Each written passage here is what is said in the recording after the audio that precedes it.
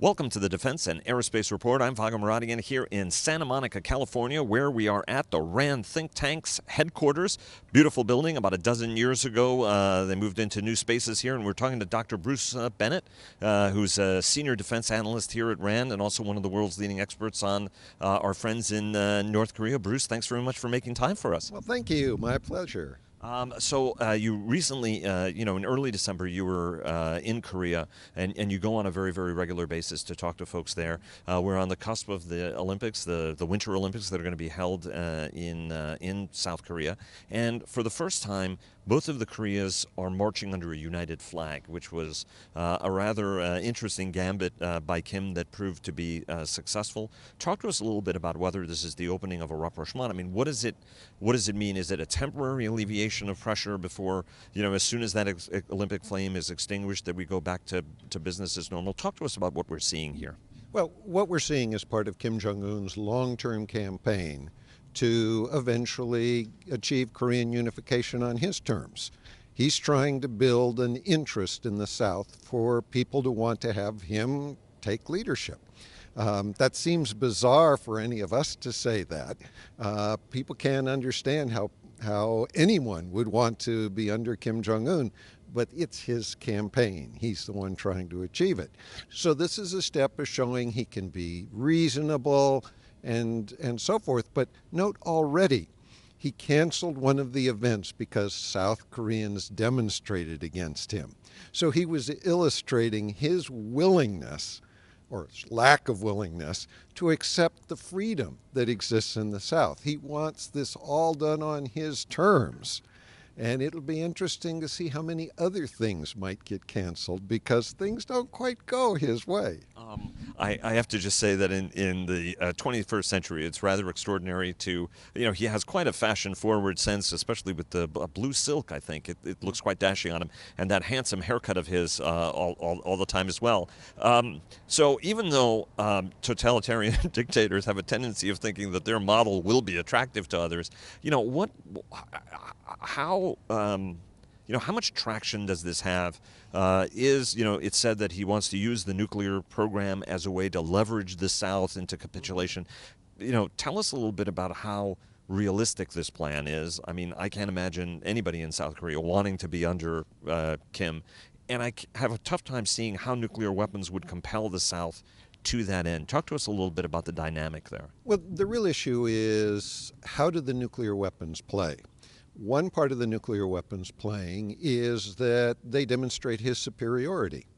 You wouldn't normally think about North Korea being superior, but you will see all kinds of statements in the South Korean media saying that North Korea has the superior military because they've got nuclear weapons, even superior over the combined U.S. and ROK forces, which doesn't make any sense. But people believe that. So part of it is just that superiority, but there is a deeper kind of part of what he's trying to do. Let's go out 10 years or 15 years. He has 200 nuclear weapons and 30 ICBMs.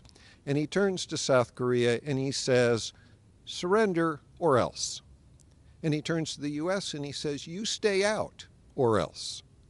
Now the question is, how many cities are we prepared to trade in South Korea and the U.S. to tell him no? Because if we tell him no, it may well mean war. That's what President Trump doesn't want to get to. He doesn't want to be at a point where Kim Jong-un could apply that kind of coercion, because if you note, exactly as you say, Kim Jong-un is very good in coercion. He knows how to use the strengths he has. Amazing that he has such a weak country and he can do that. But he knows how to use them. And he does it very effectively. There has been a very long period of debate in the National Security Council and elsewhere about the idea of the bloody nose.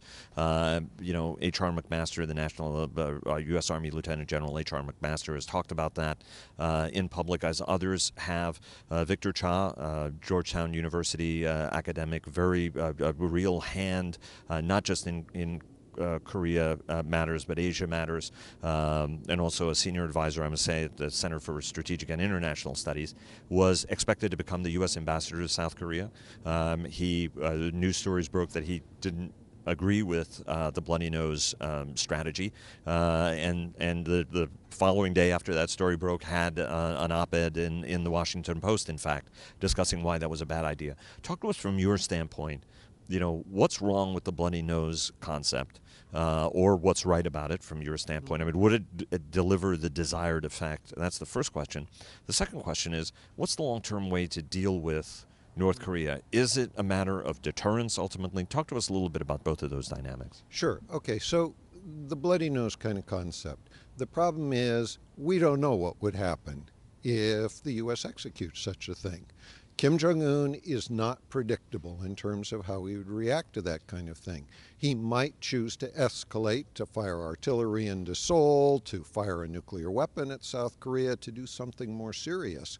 We just don't know. Some people will postulate that he would not escalate because if he did, he knew we could retaliate and do tremendous damage to him. But he's got a very bad precedent on our part that he's likely thinking about.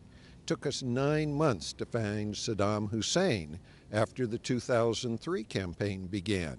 So he may be thinking he can get away with it. He can hide, we can't get him, so he can get away with doing something. We don't know what he's thinking.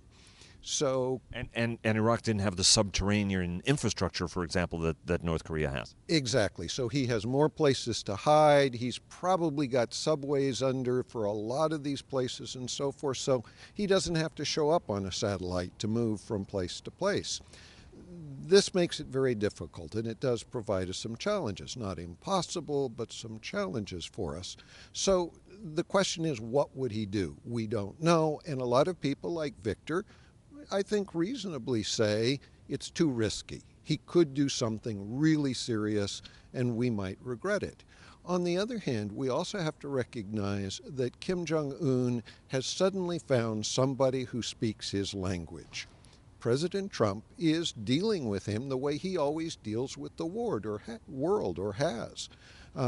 Kim Jong-un is the most unreasonable national leader, threatening everybody, trying to talk about how he will set South Korea into a sea of fire, Japan into a nuclear sea of fire. So he's someone who understands strength, military strength, and because President Trump has demonstrated that, in some cases he's pulled back. So for example, when President Trump called him Little Rocket Man in the UN, he was so offended. He did a personal response. The personal response had two interesting things in it. First one was he said, I expected President Trump to say to the UN what previous American presidents have, and he didn't. Well, think about it in North Korean culture. He is supposed to be the god of North Korea. He's fallible. Why? He's not a god. And he's already having trouble with his deification program. So clearly, that was a significant lever. But the second thing he said was even more indicative. He said, a frightened dog barks louder. Now, he's speaking about Trump and saying Trump's frightened, so he's barking loud and so forth. But the whole rest of his letter is calling Trump names and threatening war and so forth. He's barking louder, which says he's frightened. I don't think he's been frightened by any American leader previously. So we don't know how these kinds of things would play out. But turn to your second question. What can or could we be doing? I think you'll remember in early November, the former North Korean deputy ambassador to the UK came to the US and spoke to our Congress. And basically what he said was, I don't quite understand you Americans. You always turn to military operations as a way of solving problems, but information would be more powerful in dealing with Kim Jong-un, less costly and less risky. I think we ought to have a major information campaign because Kim Jong-un is paranoid, at least to some degree. I mean, he didn't need to kill his older brother, but he did. He is paranoid. Well, and he's been killing people at a faster and faster rate, right? So it's not just the brother that he killed, right? I mean, there was the uncle, but then there are a whole bunch of other purges that are going on a much more accelerated basis, which you know more about than I do. But I mean, I've been hearing about it. Yeah, absolutely. In fact, General Brooks, the commander of USFK, just made a comment that said he's picked up the purges yet one more time a couple of days ago. So he's been doing that kind of thing. He is worried about his position. And in that kind of context, we have to ask, how could information be used to undermine him and therefore push him to be more moderate if we pull back? The sample is 2015. In 2015, North Korea set up a landmine in the demilitarized zone. 2 South Korean soldiers were injured by the landmine. South Koreans turned on their propaganda broadcasts. Now, this really infuriated North Korea because they were saying things that the North didn't want to hear, like, we're brothers, we love you guys, we want unification. Well, that's not something Kim Jong-un wants his people hearing from the South. So he mobilizes his whole military. He insists on unification, and in 2 days he makes an agreement. When do you ever get an agreement with North Korea in less than 2 years? So we have a precedent of what can be done. The key then is, what could we do in the future? So let me give you a great example. Last year, President Trump put North Korea back on the terrorism list. But North Korea acknowledged it in its media, but then turned and said, but this isn't justified. We didn't do that. Well, okay, why aren't we telling the North Koreans, wait a minute, Kim Jong-un killed his older brother in an airport, in a foreign country, in public, using a banned chemical weapon. What about that isn't terrorism? Now, the interesting thing, if you say that into North Korea, from what I hear from North Korean defectors, starting in 2010, when Kim Jong-un was designated the successor, he started eliminating anyone in the elites who even knew his older brother, killing them, sending their families off to the gulag because he did not want a Kim Jong-nam faction, apparently. So if you say that he killed his older brother in North Korea, many of the elites will say, what? He had an older brother? Why don't I know about that? And start investigating. And that is a story which has tremendous ripple potential. Well, and you mentioned that, and of course, Kim Jong-nam's son is now, has better be the best protected person on the planet at this point, because now he is claiming that he is actually the rightful heir, right? Now that his father is out of the picture, regrettably. Talk to us a little bit, though, about the specific ways to get that information, to prosecute that information campaign. It's a closed country.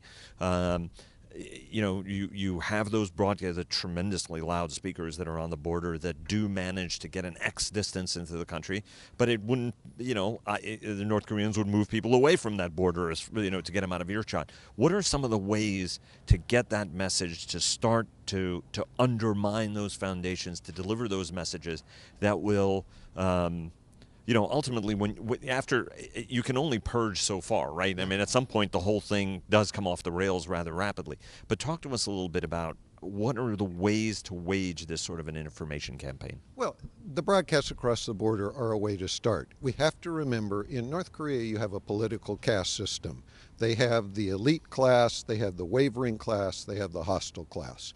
There is nobody in the hostile class who are among those soldiers up on the DMZ, and probably only a small number of the wavering class.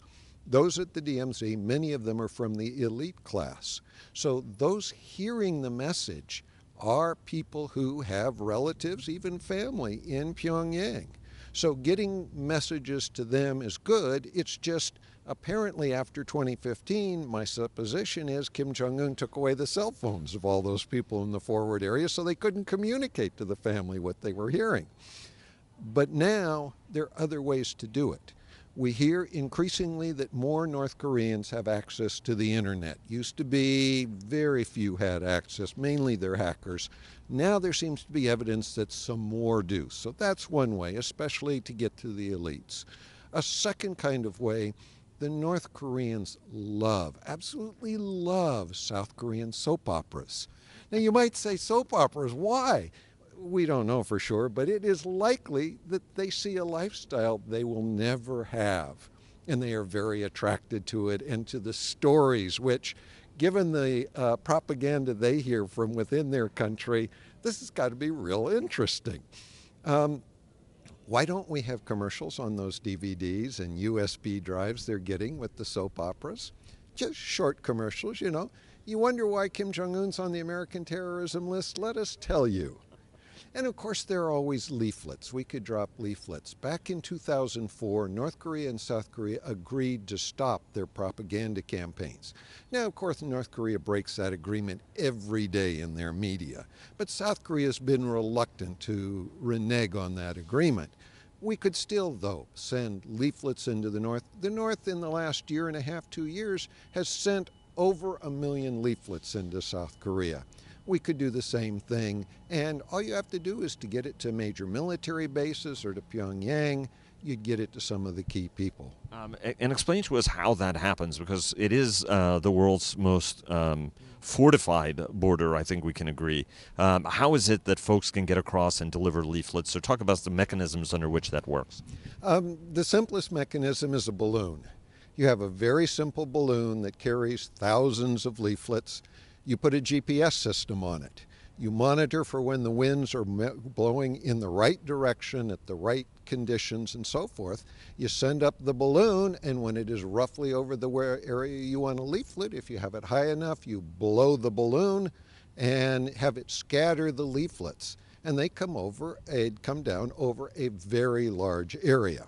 Now, if you want to get it to the border area, that's great. If you want to get it to Pyongyang, you take a ship up into the Yellow Sea, or what the Koreans call the West Sea, up off the coast of North Korea, and you release it there so that the winds will carry it to Pyongyang.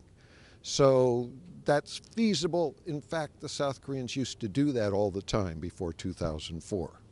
Aside from the rhetoric from the president, a lot of nations in the international community, including Russia and China, agreed to 2 tranches of much tougher sanctions on the North Koreans. From their standpoint, it was, maybe in part because of the president's rhetoric, but equally in part, we should de-escalate this situation and actually try to put pressure on the North to heal. Beijing is not that fond of Pyongyang because it tends to completely ignore Beijing ultimately. Talk to us a little bit about what China's role in this is, because China doesn't fully want to resolve this, because the last thing it wants is unified Korea, potentially with Americans based there on their border, and they don't particularly want a unified Korea. So talk to us about sort of China's role and economic sanctions and where that's going to go, considering that almost everything that the North Koreans get is coming either through China or illicit, seaborne transfers. Yeah. So Xi Jinping, the leader of China, has said that he would fully support a peacefully unified Korea. Now, he can say that because the likelihood of a peacefully unified Korea is pretty close to zero. But he's at least said that, and there may be some willingness.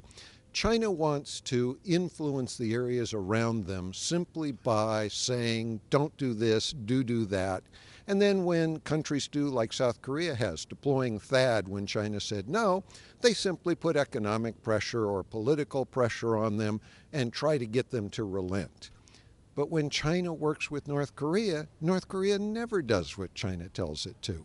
So the Chinese are highly offended by North Korea. North Korea is the perfect example of people not having to cave to China. The Chinese, by and large, are furious at North Korea. And from what I understand from North Korean defectors, the North Koreans really don't like the Chinese either. I am told that when Kim Jong-un took over the North Korean government, he told the North Korean military that in no way were they to ever talk to the Chinese military. So there may be sort of kind of an alliance, but not really. There's really not a lot of love lost. So what is China doing? Their main concern is if the North Korean regime comes apart, then they are going to have hundreds of thousands or millions of people trying to cross their border. And the northeastern part of China is the poorest part of China. It used to be Manchuria, the big industrial area, but it's a rust belt now. And so they don't want huge refugees into that area. There's already an ethnic Korean population there. They could destabilize it. So China doesn't want collapse, chaos, having to deal with that stuff, including dealing with North Korea's weapons of mass destruction. Back in 1993, during the first nuclear crisis with North Korea, Kim Il-sung, the grandfather of the current leader, called together all his senior military people, and he said, if we have to fight the Americans and we lose, what do we do? And the military guys all knew that was a question they better not try to answer. But his son, Kim Jong-il, the father of the current leader, said, if we lose, I will be sure to destroy the earth. What good is the earth without North Korea? Note he did not. The Chinese know he did not, and they know he poses a threat against them also. And there is the question of this notion that if the Koreas unify, as you said, there are ethnic Chinese that are in that part of Manchuria, there would be a greater Korea, which then presents another challenge for China. Exactly. The Chinese do not want South Korean troops up on the Chinese border, where they could decide at some point to cross the border and try to create the greater Korea with the ethnic Koreans living in China. Now, there's not a huge area where those people are, but China doesn't want any of that. So there's great concern in China that that kind of solution isn't the perfect solution. Let me ask you one last question, which I'm utterly fascinated by, is the Chinese, Beijing always says, we're not trying to take anybody over, in part because its fundamental view is, as a 5,200-year-old country, it was all China at some point anyway. Talk to us a little bit about how that affects how Beijing looks at everybody, including the Koreans, which at one point the Chinese foreign minister had said, well, everybody knows Korea was part of historic China. That's not just a throwaway line that means something. And talk to us the lengths to which China has gone to sort of either enforce or sell this message to everybody in the region. At one point, we were your overlord, and we will be your future overlord. Yeah, 20 years ago, the Chinese became very concerned that there could be a Korean unification at some point, and this greater Korea pressure to create it. So they started a project in 2002 called the Northeast Project. It was a university-based project, and its objective was to go back and look at all of the dynasties that had existed in the history of the region and determine, were they Chinese or were they Korean? Because if they were Chinese, China had the right to that territory, according to their thinking. They concluded that they were all Chinese. Just as you say, the history was these were really Chinese dynasties. And of course, the Koreans were furious in both North and South Korea. Now, were the Chinese really serious about this? I mean, really? The answer is yes. Over 4 years, they spent $2 billion, not million, $1 billion with excavations, historical studies. This is a big deal to the Chinese mindset to try to get this kind of finding. But the Chinese then had to scale it back because of the level of reaction in both Koreas. They didn't want to continue offending people, but China's more powerful now. Who knows what they will say in the future? And one last brief question. We didn't get to the point of whether or not a standard nuclear mutual assured destruction model will work with the North Koreans. There are strategists who say, look, we have been deterring North Korea these years. It keeps improving its capabilities, but it knows, President Trump was not wrong. It will be met with fire and fury because we will respond with nuclear weapons, and we've made that abundantly clear. Each American president has underscored that message, whether it was George W. Bush or President Obama, perhaps with a little bit less hyperbolic rhetoric. Would America's nuclear arsenal be sufficient to deter North Korea from doing something completely stupid, to be blunt? And the answer is we don't know. But I think many people in the national security community believed under President Obama that if North Korea used a nuclear weapon, we would not necessarily respond with the nuclear weapon. He wanted a world safe from nuclear weapons to eventually get rid of them. If he demonstrated nuclear weapons had utility, he was never going to get there. And so many people in the U.S. and eventually in Korea came to believe that under President Obama, he might not use a nuclear response. The South Koreans have been pressuring the U.S. for decades that they want a nuclear guarantee. If North uses a nuclear weapon, we will respond with the nuclear weapon. And we really haven't gotten quite there yet, but we're getting closer with President Trump in some of his statements. We have the potential to deter North Korea, but it has nothing to do with mutual assured destruction. Kim Jong-un doesn't care about his people. In the late 90s, his father let probably 3 million of the 20 million North Koreans starve to death when he could have paid for the food to feed them, and he didn't.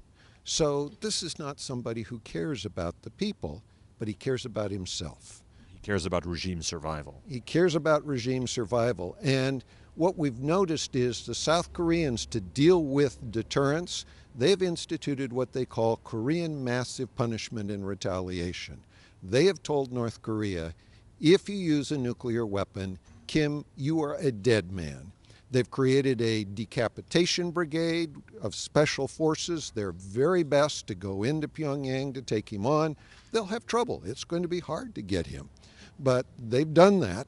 They're creating other capabilities to go after him. We need a similar American stance that says, you will be a dead man because of, and then demonstrate the capability. That is the way to deter North Korea. And anybody who knows the South Korean military knows that they're some of the best trained and toughest troops in the world. There are those who still say that North Korea has to abandon its nuclear weapon program. How likely is that? What possible tool do we have to get the North Koreans to give them up? Or do we need to be much more creative about our strategies on how to deter the North Koreans, even if it's meeting in Geneva and having Jim Mattis look them in the eye and say, if you fire anything at us, we are going to retaliate, go to a nuclear option before that weapon even lands on our territory? Well, we clearly need to be more creative. But North Koreans respond to strength. It is a part of their culture. They don't respond to weakness. So we have to be very clear with them what we're going to do. We don't necessarily have to be public about that because that causes the public to be very worried. But to them directly, we have to be very clear. The North Koreans respect strength. They understand strength. That's why they're building nuclear weapons, because they think they have to have that strength to be in a position of authority. So this is very clearly part of what they want. And what about, though, the notion of getting them to denuclearize? Is that going to work at all, or is the likely future we face that Japan and South Korea are both going to become nuclear powers as well? They probably won't denuclearize. Could we get them to slow or stop their program, pull it back a little bit? I think that's possible. I argue that we ought to tell North Korea, look, if you had 20 nuclear weapons, you've got an assured destruction capability against South Korea, even against the U.S. That's plenty. Anything above that is unacceptable. So go down to 20. We'll take you down there. We could probably live with that. But if you go to 100 or more, those are unacceptable. Getting them to go to zero, I mean, it's part of their constitution now that they're a nuclear power. Are they going to say, well, now we're no longer going to be, we're going to be weak? Not going to fit their culture. Do you think, though, I mean, this notion of, the nuclear club also has rules. Every nation that's in the nuclear club has remarkably abided by those rules. Do you sense that that they will proliferate the way people fear they will, given that nuclear forensics are pretty good, and we have a tendency of being able to figure out who did what to whom to be able to ultimately punish them? For example, to say, ISIS can detonate a bomb, Kim, the missiles land on you. Yeah. The question is, are they proliferating their nuclear materials, or do they have some Russian nuclear materials? I mean, back in the 60s and 70s, they had a research reactor that required highly enriched uranium, and they were getting that from the Soviet Union. So, could we necessarily determine with perfect confidence that North Korea had done something? Maybe not. We have some risks there. Bruce, thank you very much. An absolute pleasure, and look forward to staying in touch. Well, thank you. A pleasure on my part, too.